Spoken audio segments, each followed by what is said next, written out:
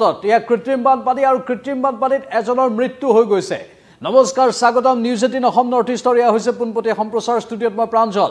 যোৰাবাটৰ এইবোৰ দৃশ্য আপোনালোকে দেখিছে, সন্ধিয়াৰ ভাগৰ দিনৰ ভাগৰ প্ৰত্যেকটো ভাগৰ বা প্ৰত্যেকটো সময়ৰ দৃশ্য আমি আপোনালোকক দেখুৱাইছোঁ।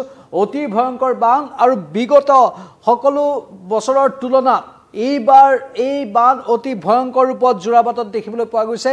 বহু দূৰৰ পৰা এনেধৰণৰ বানপানী পৰিলক্ষিত হৈছে। যোৰাবাটৰ কেৱল মাত্ৰ উৰণ সেতুৰ তলৰ অংশই নহয়, উৰণ সেতুৰ তলৰ পৰা একেবাৰে বহু দূৰলৈকে এই কৃত্ৰিম বানপানী আৰু বহু বাহনৰ বেছিভাগ অংশই বুৰ গৈছে পানীত। বাইক বিকল হৈ গৈছে, তাত মানুহৰ গাড়ী বিকল হৈ গৈছে, বাইক ঠেলি ঠেলি আনিব লগা হৈছে।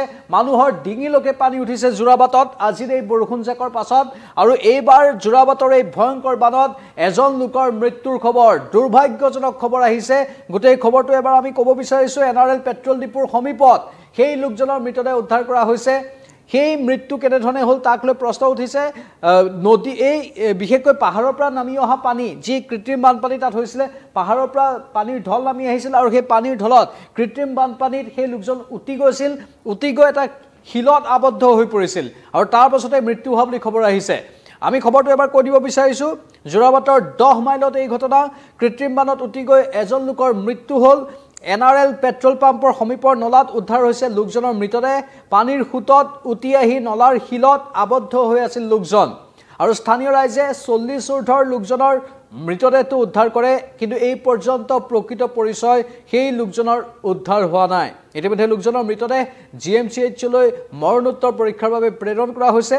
যোৰাবাটত আজিৰ কৃত্ৰিম বান আছিল বিগত বৰ্ষৰ বানসমূহৰ তুলনাত সৰ্বাধিক ভয়ংকৰ কৃত্ৰিম বান। মন কৰক, বিগত বৰ্ষসমূহত যেনেধৰণে যোৰাবাটত বানপানী হয়, সেই বানপানীবোৰৰ তুলনাত এইবাৰ আজিৰ বিশেষকৈ এই কৃত্ৰিম বান অতি ভয়ংকৰ ৰূপত দেখিবলৈ পোৱা গৈছে। পানীয়ে একাকাৰ কৰি তুলিছে এই গোটেই অঞ্চলটো। দৃশ্যবোৰ দেখিলে আপোনালোকে অনুমান কৰিব পাৰিব। বহু লোকৰ ডিঙিলৈকে পানী উঠি আহিছে। পানীত নামিছিলে একাংশ লোক, কাৰণ এয়া চাওক গাড়ী বুৰ গৈছে, গাড়ীৰ আইনাৰ ওপৰৰ অংশৰ কাষলৈকে বুৰ গৈছে। এয়া যিখিনি দৃশ্য সম্ভৱ হৈছে আমাৰ সাংবাদিকে সংগ্ৰহ কৰিছে। বহু লোকে সেই পানী ফালি আগবাঢ়ি যাব বিচাৰিছিল, বহু লোকে নিজৰ ঘৰলৈ যাব বিচাৰিছিল আৰু যেতিয়া তেওঁলোক খোজকাঢ়ি পানীত নামিছিল, খোজকাঢ়ি পানীত নামোতে ডিঙিলৈকে বহুতৰ ডুব গৈছে, বহুতৰ এটা অংশত কঁকাললৈকে ডুব গৈছে, কিছুমান বাইক বিকল হৈ গৈছে, ঠেলি ঠেলি সেই বাইকবোৰ লৈ অনা হৈছে। কিন্তু পৰিতাপৰ বিষয় যে এজন 40 ঊৰ্ধৰ ব্যক্তি, আনুমানিক 40 ঊৰ্ধৰ ব্যক্তিৰ মৃত্যু হৈ গ'ল। মৃত লোকজনৰ পৰিচয় তেওঁলোকে উদ্ধাৰ হোৱা নাই। পানীৰ সোঁতে উটুৱাই লৈ গ'ল সেই লোকজনক আৰু পাহাৰৰ তললৈ নমাৰিবলৈ চেষ্টা কৰিছিল আৰু শিলত লাগি আঘাতপ্ৰাপ্ত হৈ হয়তো সেই লোকজনৰ মৃত্যু হ'ব পাৰে, তেনেধৰণৰ এটা সন্দেহ কৰা হৈছে। এইখন গাড়ী চাওক, এই গাড়ীখন কেনেধৰণে ডুব গৈ আছে পানীত। এই দৃশ্যবোৰে প্ৰমাণ কৰে কিমান ভয়ংকৰ ৰূপত আজিৰ কৃত্ৰিম বানটো হৈছে। যোৰাবাটৰ কৃত্ৰিম বান আজিৰ নহয়, বছৰ বছৰ জোৰা এটা সমস্যা। আজিলৈকে চৰকাৰে কোনো বিকল্প ব্যৱস্থা গ্ৰহণ কৰিব নোৱাৰিলে যোৰাবাটৰ কৃত্ৰিম বান ৰোধ কৰাৰ ক্ষেত্ৰত। মাত্ৰ এটাই কোৱা হয় যে কেৰাহীৰ দৰে এটা অংশত এই যোৰাবাটখন আছে, মানে ওপৰৰ চাৰিওফালে পাহাৰৰ তলৰ অংশত আছে, সেয়েহে গোটেই পাহাৰৰ পানীবোৰ আহি তলত পৰেহি।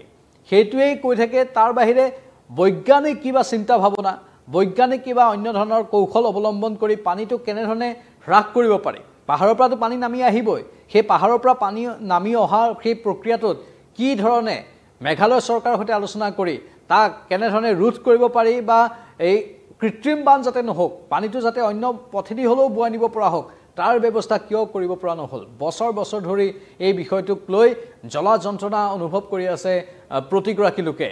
নামনিৰ পৰা উজনিলৈ যোৱা বা উজনিৰ পৰা নামনিলৈ অহা প্ৰতিগৰাকী লোক বা যোৰাবাটৰ স্থানীয় বাসিন্দাসকল, ব্যৱসায়িক যিবোৰ প্ৰতিষ্ঠান আছে সেইবোৰৰ লোকসকল, বা ট্ৰাক বা বাছৰ চালকসকল, যাত্ৰীসকল, ব্যক্তিগত বাহনৰ চালক যাত্ৰীসকল, সকলোৰে মাজত হাহাকাৰ অৱস্থা। ভয়ংকৰ বান হয় আৰু ভয়ংকৰ বানৰ ফলত তীব্ৰ যান জঁটৰ সৃষ্টি হয়। এম্বুলেন্স বা অন্য দৰকাৰী কামত যোৱা মানুহো আবদ্ধ হৈ থাকিবলগীয়া হয় ঘণ্টাৰ পাছত ঘণ্টা ধৰি। সময়ৰ অপব্যয়, এতিয়াতো মানুহৰ মৃত্যু পৰ্যন্ত হৈ গ'ল। চাৰিওফালে আহুকাল, চাৰিওফালে হাহাকাৰ, কিন্তু তাৰ পাছতো বিকল্প পথ উলিওৱাত ব্যৰ্থ বৰমূৰীয়াসকল।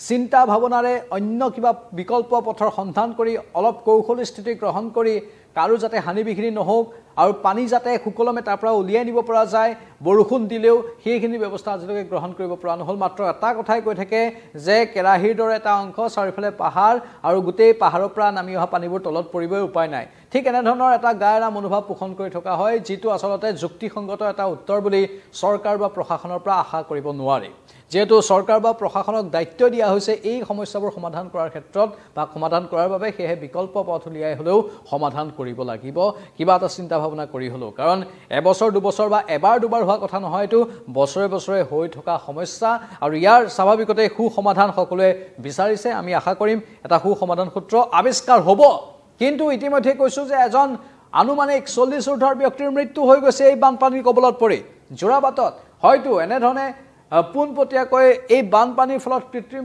বানৰ ফলত মৃত্যু হোৱা এইটোৱে হয়তো এটা ঘটনা হ'ব পাৰে বা আগতেও যদি হৈছিল বৰ্তমান আমাৰ হাতত সেই পৰিসংখ্যাটো নাই কিন্তু এনেধৰণে যি ভয়ংকৰ বানৰ কথা কৈ থকা হয় বান ফালি ফালি মানুহ আগবাঢ়ি যোৱা হয় তাৰ মাজতে এজন লোকৰ মৃত্যুৰ খবৰ অতি দুৰ্ভাগ্যজনক অতি পৰিতাপৰ বিষয় বুলি উল্লেখ কৰিব পাৰি আৰু স্বাভাৱিকতে এতিয়া সকলো সংকট ভুগিব পানীৰ হুত কেনেধৰণে নামি আহিল কেনেধৰণে সেই অঞ্চলটোত হাহাকাৰ লগালে সেয়া আমি দেখিছো আশংকাও কৰা হৈছে কিবা কাৰণত যদি ভূমিস্খলনৰ দৰে পৰিৱেশৰ সৃষ্টি হয় কেনেধৰণৰ হ'ব পাৰে এইবোৰ কথা চিন্তা কৰাটো অতি প্ৰয়োজন আৰু কিন্তু এই যি পানী এই পানী যিকোনো প্ৰকাৰে তাৰ পৰা হ্ৰাস কৰাৰ বাবে বিশেষকৈ বৰষুণ দিলেই প্ৰবল বৃষ্টিপাত হ'লে তাত বৰষুণ হয় তাৰ এটা সুদিহা বা সু পৰামৰ্শৰে ইয়াক সমাধান কৰাটো সকলোৱে বিচাৰিছে আমি আকৌ এবাৰ খবৰটো কৈ দিব বিচাৰিছো যেটো খবৰ আমাৰ হাতলৈ আহিছে যোৰাবাটত 10 মাইলত এই ঘটনা সংঘটিত হৈছে কৃত্ৰিম বানত উটি গৈ এজন লোকৰ মৃত্যু হৈছে এনআৰএল পেট্ৰল পাম্পৰ সমীপৰ নলাত উদ্ধাৰ হৈছে